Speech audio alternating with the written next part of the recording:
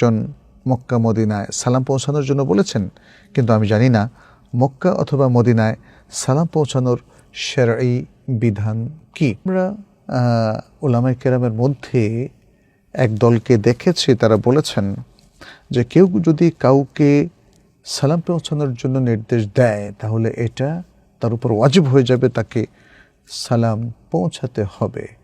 এক্ষেত্রে মিশরের কিছু কিছু আলেমও সেটা বলেছেন। তবে আমরা যদি বিশ্লেষণ করি যে মক্কা মদিনায় যারা যাচ্ছেন অথবা মক্কা থেকে যারা মদিনায় যাচ্ছেন রাসূল সাল্লাল্লাহু আলাইহি ওয়াসাল্লামের ইন্তেকালের পরে সাহাবায়ে কেরাম তারা কি এই কাজটা করেছেন যে আচ্ছা আমার সালামটা আপনি তো মদিনায় যাচ্ছেন, কবর জিয়ারত করবেন, পৌঁছায় দেন? আমরা সেখানে দেখি না। আর রাসূল সাল্লাল্লাহু আলাইহি ওয়াসাল্লাম থেকে যতগুলো হাদিস এসেছে সেগুলো বিশ্লেষণ করলে এবং সেগুলো নিয়ে একটু চিন্তা ভাবনা করলে দেখা যায় যে কেউ যদি মক্কা মদিনা যায় বা মদিনায় যায় তার কাছে আমাদের সালাম পৌঁছানোটা অর্থহীন, এর কোনো প্রয়োজন নেই। যেহেতু প্রয়োজন নেই, এই জন্য ওলামাদের আরেক দল, যেমন সৌদি আরবের উচ্চ ওলামা পরিষদের ওলামায়ে কেরাম, তারা বলেছেন এটা আমালুন গায়রু মাশরু, এটা শরীয়ত শুদ্ধ আমল নয়।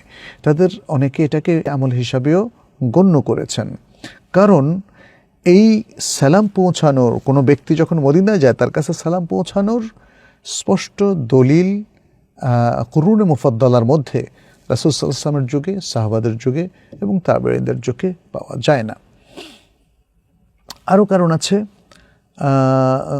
কারণ রাসূল সাল্লাল্লাহু আলাইহি ওয়াসাল্লামকে পৃথিবীর যে কোনো প্রান্ত থেকে সালাম দেওয়া যায় এবং সালাম দিলে তার উপর সালাত এবং সালাম পেশ করলে আল্লাহ তাআলা ফেরেশতাদের মাধ্যমে তার কাছে সেটা পৌঁছিয়ে দেন। এবং এ ব্যাপারে আমরা দেখি যে একাধিক হাদিস রয়েছে, যেমন আব্দুল্লাহ ইবনে মাসউদ রাদিয়াল্লাহু তাআলা আনহু থেকে বর্ণিত, তিনি বলেন ক্বালা রাসূলুল্লাহ সাল্লাল্লাহু আলাইহি ওয়াসাল্লাম, রাসূলুল্লাহ সাল্লাল্লাহু আলাইহি ওয়াসাল্লাম বলেছেন, ইন্না লিল্লাহি মালাইকাতান সাইয়াহিনা ফিল আরদি ইউবাল্লিগুনি মিন উম্মতি আসসালাম, যে আল্লাহর জন্য অর্থাৎ আল্লাহর পক্ষ থেকে জমিনে ভ্রাম্যমান বেশ কিছু ফেরেশতা রয়েছেন যারা আমার উম্মতের পক্ষ থেকে আমার কাছে সালাম পৌঁছিয়ে দেয়।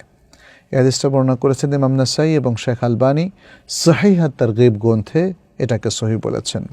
আরেকটা হাদিস আমরা পাই আবু হুরায়রা রাদিয়াল্লাহু তাআলা আনহু থেকে, তিনি বলেন ক্বালা রাসূলুল্লাহ সাল্লাল্লাহু আলাইহি ওয়াসাল্লাম লা তাজআলু বুয়ুতাকুম কুবুরা, তোমরা তোমাদের ঘরগুলোকে কবর বানিও না, ওয়ালা তাজআলু কবরি ঈদা, এবং আমার কবরকে ঈদ উৎসবের জায়গা হিসেবে তোমরা নির্ধারণ করো না।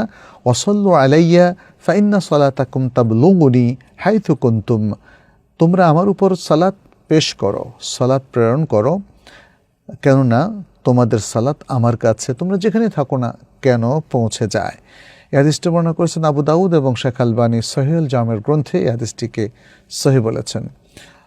লজনা দায়েমার ওলামায়ে কেরাম, আমি যেটা একটু আগে বললাম যে তারা এই ধরনের কাজকে সমর্থন করেননি, যে আপনি একজন ব্যক্তি যে মদিনায় যাচ্ছে তাকে বলবেন আমার সালাম নবীর রওজায় পৌঁছে দিও।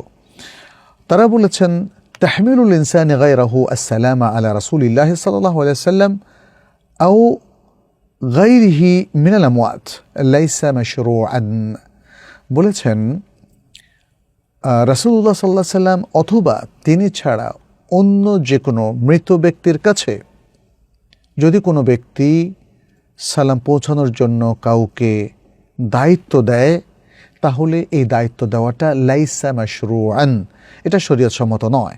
বাল হুয়া বিদআতুন, বরং এটা বিদআহ। ওয়া নবী সাল্লাল্লাহু আলাইহি ওয়াসাল্লাম ইয়াকুল, নবী সাল্লাল্লাহু আলাইহি ওয়াসাল্লাম বলেছেন কুল্লু বিদআতিন দালালাহ ওয়া কুল্লু দালালাতিন ফিন্নার, প্রত্যেক বিদআতই হচ্ছে ভ্রষ্টতা, প্রত্যেক ভ্রষ্টতা জাহান্নামের দিকে নিয়ে যায়। তারা বলেছেন যে সুতরাং ওয়াজিব হলো এই আমলটা তরক করা এবং যারা এই ধরনের সালাম পৌঁছায় তাদেরকে তাম্বি করা, সতর্ক করা এবং এই কথা বলা যে এটা জায়েজ নেই। এখানে আমরা দেখি তারা আরও কিছু কথা বলেছেন যে আল্লাহ তাআলার একটা ফজল এবং অনুগ্রহ হচ্ছে আমাদের উপর যে আমাদের সালাম নবী সাল্লাল্লাহু আলাইহি ওয়াসাল্লামের কাছে আমরা যেখানেই থাকি না কেন তিনি পৌঁছিয়ে দেন, সেটা এই পৃথিবীর পূর্ব অথবা পশ্চিম প্রান্তে যেখানে আমরা থাকি না কেন।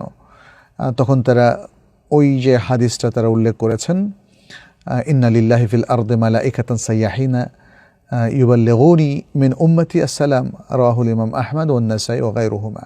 নবী সাল্লাল্লাহু আলাইহি ওয়াসাল্লামের আরেকটা হাদিসও তারা এখানে কোট করেছেন, খায়রু আইয়ামিকুম ইয়াউমুল জুমআ, তোমাদের সবচেয়ে উত্তম দিন হলো জুমার দিন, ফাকতিরু আলাইয়া মিনাস সালাতি ফি, তোমরা এই দিন আমার উপর বেশি বেশি সালাত প্রেরণ করা, সালাত পড়ো।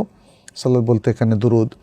ফাইন্না সালাতাকুম তাবলুগুনি হাইথু কুনতুম, কারণ তোমাদের এই সালাত আমার কাছে পৌঁছে যায় তোমরা যেখানেই থাকো না কেন।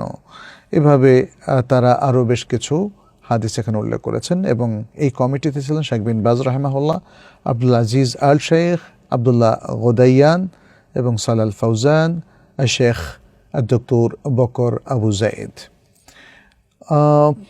এছাড়াও আমরা আরও অনেকগুলো ফাতাওয়া এখানে পাচ্ছি। সব কিছু মিলিয়ে আমরা বলবো যে আসলে এই ধরনের সালাত প্রেরণের কোনো প্রয়োজন না থাকায় সতর্কতামূলক অবস্থান হচ্ছে আমরা এখান থেকেই নবীর উপর সালাত এবং সালাম প্রেরণ করবো, আর কাউকে বলার কোনো প্রয়োজন নেই, যেহেতু আলেমদের মধ্যে একদল এটাকে অত্যন্ত গুরুত্বের সাথে নিষেধ করে।